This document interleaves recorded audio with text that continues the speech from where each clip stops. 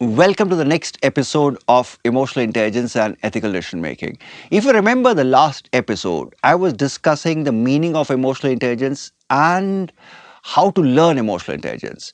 Today we take the question forward by understanding how does EI help in ethical decision making. Let's start with that first.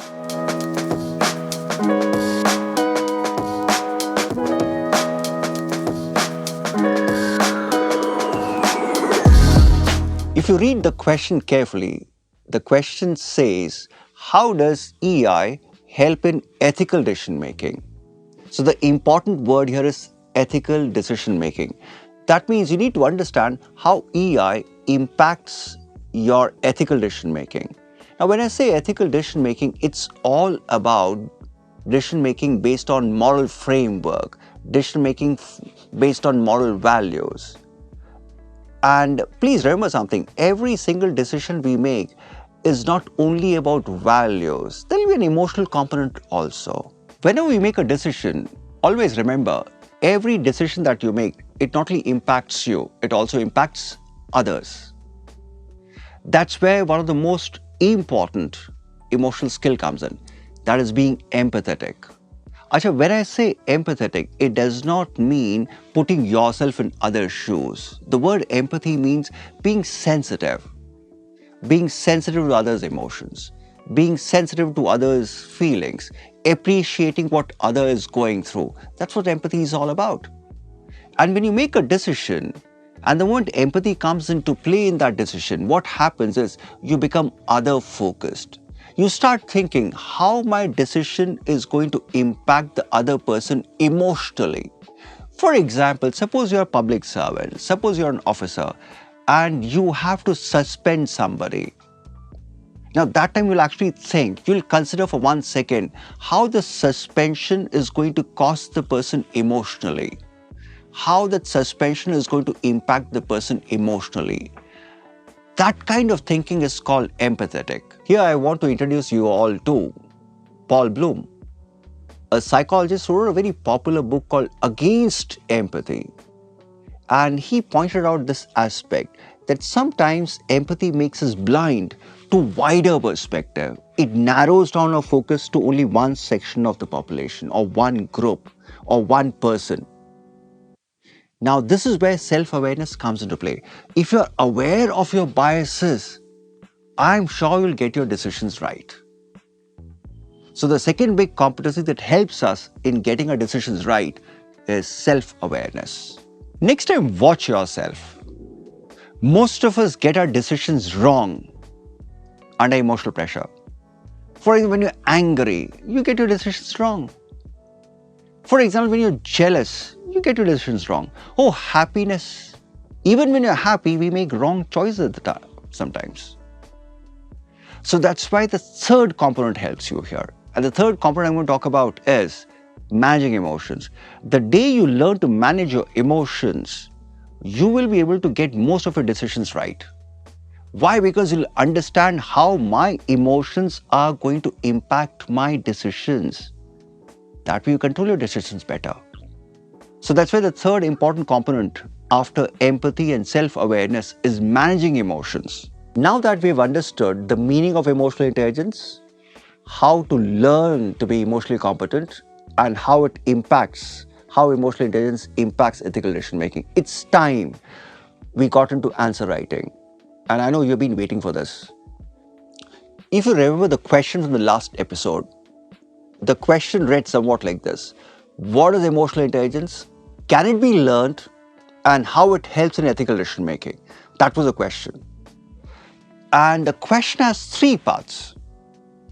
When you're writing an answer also, you have to focus on all the 3 parts. Part 1, what is emotional intelligence? Part 2, can you learn it? Part 3, how it helps in ethical decision making. Now, these are 3 lengthy areas. Now, the challenge is you have to compress every information that you learned from last episode and this episode into 150 words and structure it in a proper manner. Now, that will be a challenge. Now, let me simplify things for you. Now, when you start writing an answer, the first part of the answer happens to be introduction. You have to introduce. And the worst thing here is you cannot introduce the three topics separately. You have to have one common introduction. And the common introduction is about emotional intelligence, because that's the theme of this question. So introductions can either be definition of emotional intelligence, or your introduction can be something about the word emotion, that how emotions are useful. Had I been writing an answer for this question, I will not introduce emotional intelligence. I'll talk about emotion. How important are emotions in our life? That will be my introductory statement. Now that we have written an introduction, oh, by the way, talk about introductions. Remember, your introduction should be short, not more than 20 words.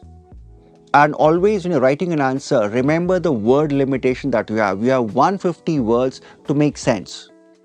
And here the challenge of this question is you have 150 words to explain 3 topics or 3 concepts. So that's why keep your introductions very, very short and precise, not more than 20 words. Let's come down to next paragraph. And in this paragraph, you have to explain what does emotional intelligence mean. Now, you have 2 ways of writing this.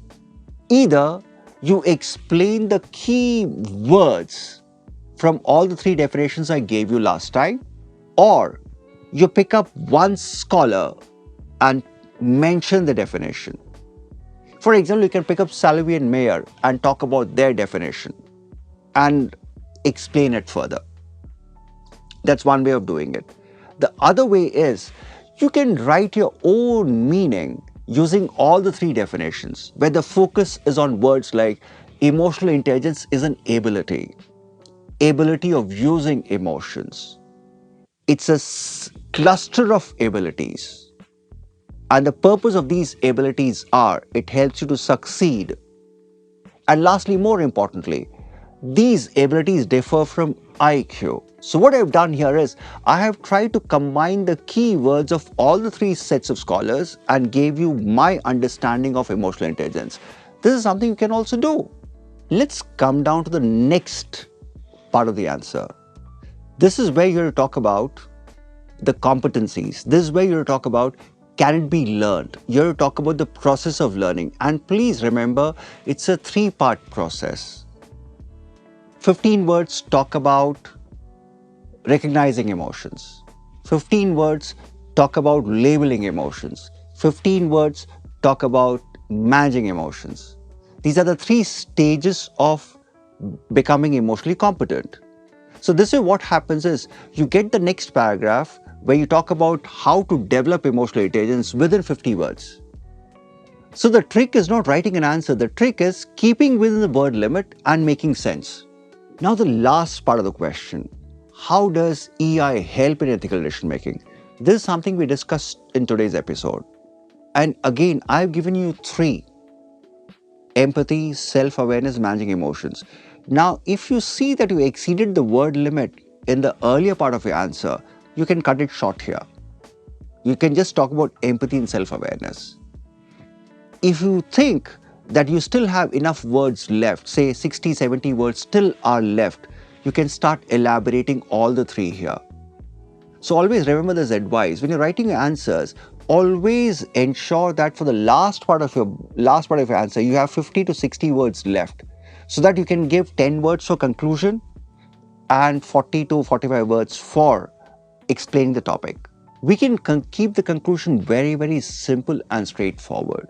We can just conclude in one sentence by saying, yes, EI is useful, not only in personal life, but also in professional life, as it improves our decision making, 1.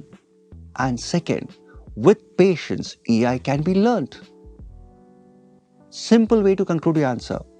So you don't need to focus on an elaborate conclusion. Just a simple conclusion where you talk about importance of EI and talk about it's a learnable skill. That's it. In the last 2 episodes, I focused on teaching you how to write answer to a specific question. And I hope you have learned something out of it. And do share your comments about this because I would like to take this series forward. I would like to discuss more questions and answer in this format. If you think you're comfortable with this format, please let me know. And if you think I can add on to this format, please let me know in the comment section. Till then, happy learning.